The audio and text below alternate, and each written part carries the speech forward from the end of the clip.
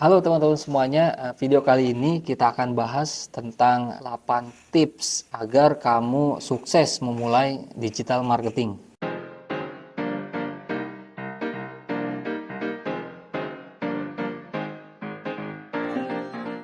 Tips yang pertama, tentukan goal apa yang menjadi tujuan teman-teman di digital marketing.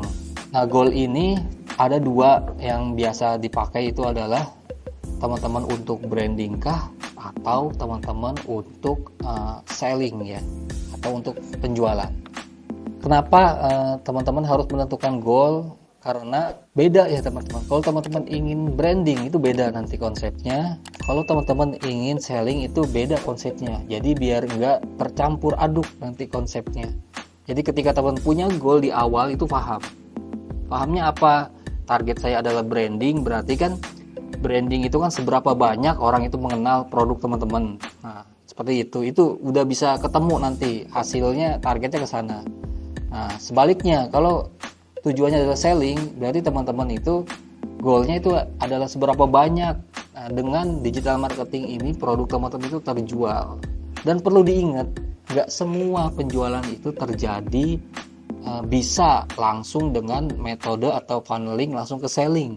Bisa dengan yang namanya branding dulu ya, seperti itu. Jadi kalau ada pertanyaan, saya kan ya pasti semua orang pengen selling. Nah itu iya, memang semua orang pengen selling, tapi tahapnya nggak bisa seperti itu. Ada yang branding dulu, ada yang bisa langsung selling, seperti itu.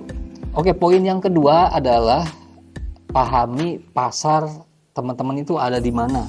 Nah, pasar teman-teman itu ada di mana? Jangan sampai ya, sebetulnya pasar teman-teman itu adanya di offline ya, teman-teman nyarinya di online. Karena ini apa? Karena ini ada digital ya. Konsep awalnya itu dulu.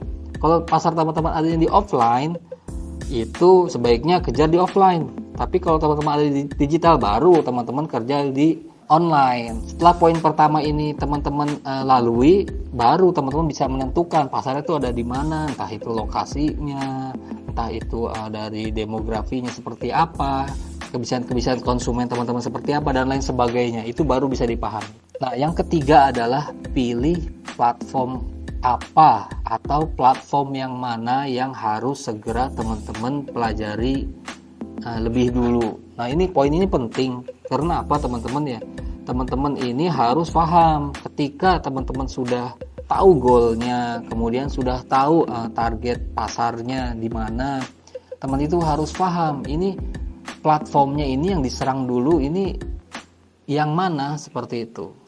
Jadi ketika teman-teman baru mulai belajar digital marketing itu nggak tercampur aduk, karena karakter beberapa platform itu bahkan ya ada yang mirip, bahkan ada yang sangat berbeda. Nah itu hati-hati ya. Baik misalnya di Meta kan kebagi menjadi 3 bagian, yaitu adalah Facebook ya, kemudian Instagram dan WhatsApp. Dan ini ketiganya berbeda seperti itu. Jadi teman-teman bisa tentukan, apalagi kalau main di TikTok, apalagi main di YouTube, atau lagi mungkin main di SEO segala macam, itu akan berbeda karakternya. Jadi ini penting ya, poin ini teman-teman juga harus fokuskan dulu platform yang mana yang ingin teman-teman pelajari terlebih dahulu.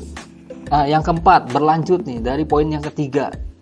Teman-teman udah pilih platformnya. Nah, ini keempat lebih ke menegaskan, yaitu pelajari dulu satu platform ya teman-teman. Jadi biar nggak bingung. Misalnya saya ingin pelajarinya di TikTok, ya silakan teman-teman pelajari di TikTok dulu. Saya ingin pelajarinya di Instagram, silakan pelajari di Instagram dulu. Nah, karena apa teman-teman? Karena teman-teman ini adalah baru mau mulai, kecuali teman-teman sudah terbiasa bisa pakai channel yang sangat banyak sekalian. Karena biar teman-teman paham dulu satu, nanti nambah lagi satu. Pertanyaannya gini, gimana kalau misalnya satu platform aja kan susah dipelajari sampai habis, itu berat. Ya memang benar itu benar adanya. Jadi pertanyaannya, ya mau sampai kapan kalau cuma fokus ke satu platform? Nah itu sebenarnya konsepnya itu nggak seperti itu. Konsepnya itu teman-teman harus paham dulu minimal konsep dasar ya. Jadi misalnya teman-teman belajar di satu platform, oke, tahu konsepnya apa. Nanti ketika udah jalan itu baru nanti ada indikator ketika teman-teman sudah mulai memahami satu platform tersebut baru teman-teman bisa pindah. Jadi bukan berarti teman-teman harus menguasai benar-benar jadi expert di sana ya. Karena digital marketing sekarang itu memang harus main banyak platform. Tapi buat teman-teman yang ingin baru memulai digital marketing, saran saya satu platform dulu. Yang kelima ya, setelah teman-teman mendalami platform, salah satu platform yang paling penting teman-teman itu dalami itu adalah bagaimana cara atau promosi yang organiknya.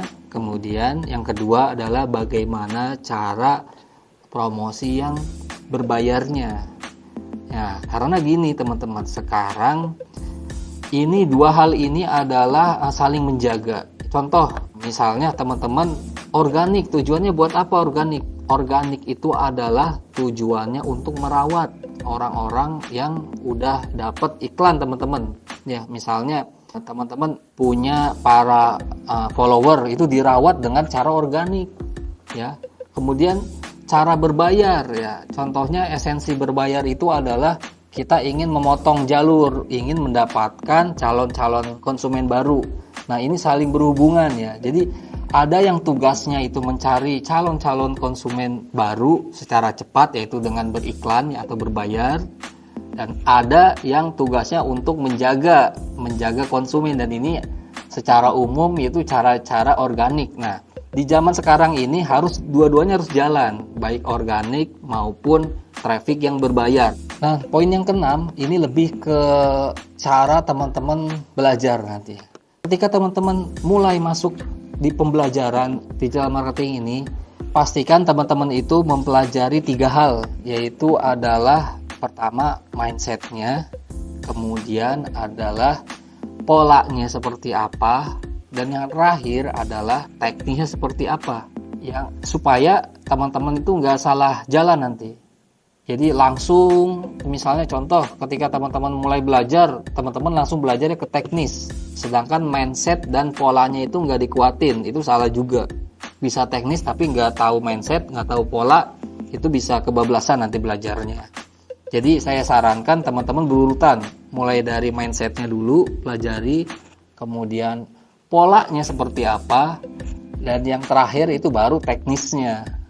Dan yang ketujuh ini adalah teman-teman wajib nih mempelajari cara split testing atau split pasarnya seperti apa, kemudian cara melihat performanya, yang bagus mana, yang jelek mana, teman-teman harus paham. Nah, itu yang kedua. Yang ketiga, teman-teman itu harus paham cara scale up-nya atau cara menaikannya ya. Itu juga harus paham teman-teman, itu yang ketiga. Dan yang terakhir adalah teman-teman itu harus paham ketika 3 poin ini berjalan ya, teman-teman harus paham terakhir itu dievaluasi. Nah, ini penting. Ketika teman-teman udah paham cara evaluasi, jadi ini akan saling berkesinambungan. Nah, jadi dari mulai tes pasarnya ya, kemudian cara ngelihat kinerjanya, yang bagus yang mana, yang bagus tuh seperti apa, bahkan kita ingin menentukan standar kita yang bagus seperti apa. Nah, itu yang kedua. Kemudian setelah dari situ teman-teman baru bisa melakukan scale up. Seandainya performanya baik, teman-teman bisa lakukan scale up. Dan yang keempat, terakhir itu adalah bisa evaluasi. Dan ini saling berhubungan ya teman-teman. Nah, yang kedelapan adalah lakukan secara konsisten teman-teman. Semua hal, baik trafficnya itu adalah berbayar atau trafficnya adalah organik, itu memerlukan konsistensi ya. Jadi teman-teman belajar itu harus konsisten, harus sambil praktek. Dan setelah teman-teman konsisten, nggak cukup hanya konsisten teman-teman. Jadi saran terakhir saya adalah di poin 8 ini adalah milikilah mentor atau komunitas ya. Buat teman-teman yang ingin belajar digital marketing harus memiliki itu semua. Jadi tujuannya apa? Tujuannya untuk mempercepat kita belajar. Kita belajar dari kegagalan teman-teman di komunitas. Kita belajar dari kegagalan mentor. Jadi kita bisa saling sinergi lebih cepat itu teman-teman. Ketika teman-teman ingin mempelajari digital marketing. Jadi stop yang namanya otodidak ya, saran saya seperti itu. Apalagi kalau teman-teman belum memadai daya analisanya, itu kadang bisa salah jalan. Nah, itulah teman-teman 8 tips ya agar teman-teman itu sukses ketika memulai digital marketing. Oke, terima kasih teman-teman. Semoga bermanfaat. Sampai jumpa.